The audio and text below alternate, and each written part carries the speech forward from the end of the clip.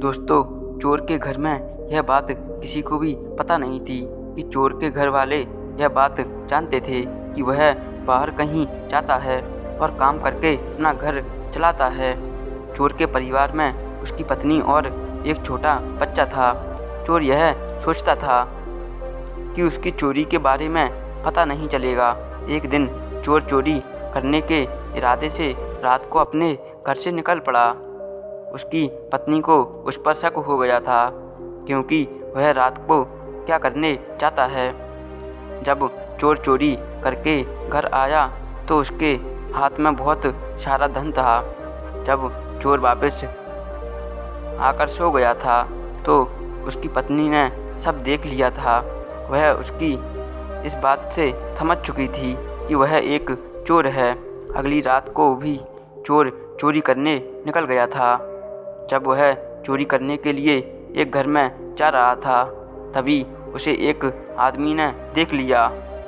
जब चोर चोरी करके वापस आया तो वह अपनी उससे बोला कि तुम यह काम क्यों नहीं करते, यह अच्छा नहीं है। तुम उनका धन चुरा रहे हो जो बहुत मेहनत करके इसे कमाते हैं। अगर तुम भी मेहनत करते हो तो इतना धन कमा सकते थे, पर तुम यह काम क्यों कर रहे हो? यह अच्छा काम नहीं है। अगर तुम चाहो तो तुम्हें काम दे सकता हूँ। सोचो, अगर यह बात तुम्हारे घर पर जानते हैं तो उन्हें कितना दुख होता है। पर चोर अपनी आदत से कैसे पीछे हट सकता था। वह अपनी आदमी की बात सुने बगैर ही वहाँ से चला गया। जब वह घर आया तो देखा कि उसकी पत्नी जिसका इंतज़ार कर रही थी आज चोर पकड़ा गया था। अब उसकी पत्नी को सब कुछ पता चल गया था। उसकी पत्नी ने उसका साथ उसी समय छोड़ दिया और वहाँ से अपने बच्चे को लेकर चली गई। चोर की ज़िंदगी में अब कुछ नहीं था। वह यह काम तो अपने परिवार के लिए कर रहा था। अब परिवार ही नहीं है तो वह इस काम का क्या करेगा। सुबह हो गई और चोर अपने घर के सामने बैठा था। तभी वह आदमी वहाँ पर आ गया जिसने उसे समझाया था। चोर ने उस आदमी से माफ़ी मांगी और कहा कि अगर मैं आपकी बात मान लेता तो मेरी पत्नी यहाँ से नहीं जाती। अब मैं अकेला हो गया हूँ। उस आदमी ने कहा कि अगर तुम चाहो तो अच्छा आदमी बन सकते हो। मैं तुम फिर से कहता हूँ कि तुम मेरे साथ काम करोगे। उस चोर ने उस दिन से ही चोरी करनी छोड़ दी। वह उस आदमी के यहाँ पर काम करने लग गया था। उसी आदमी के यहाँ पर उसकी पत्नी और बच्चे थे। वह चोर अब सुधर चुका था। हम अपनी ज़िंदगी में गलत काम करते हैं और उसका असर हमारे परिवार पर भी पड़ता है। इसलिए कभी कोई ऐसा काम ना करें जिससे आपके परिवार में परेशानी हो।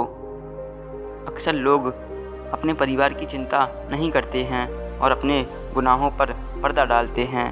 वो गुनाह पे गुनाह करते रहते हैं और अपने गुनाहों को ऐसे सोचते हैं कि कोई देख नहीं रहा है। लेकिन वह भगवान सर्वव्यापी है। वह पल पल और कण कण की खबर रखता है। वह सोचता है कि यह पाप करने वाला व्यक्ति आगे जाके सुधर जाएगा।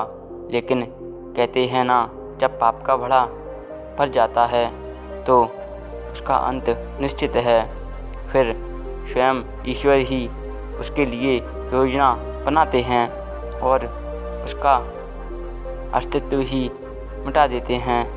क्योंकि हमें गलत काम इसलिए नहीं करना चाहिए क्योंकि हमें यहाँ कुछ पाने के लिए नहीं आए हैं। हमें तो सिर्फ उस ईश्वर का ही भजन करना है और अपने शरीर का ख्याल रखना है और सभी से प्रेम से रहना है। और जो तुमसे गलत बोले उसका जवाब भी तुरंत देना है। अगर आपको यह छोटी सी कहानी से कुछ सीखने को मिला हो तो चैनल को भी सब्सक्राइब करें क्योंकि मैं ऐसी ही कहानी इस चैनल पर लेकर आता रहता हूँ। दोस्तों, मिलते हैं नेक्स्ट वीडियो में। तब तक के लिए जय श्री राम।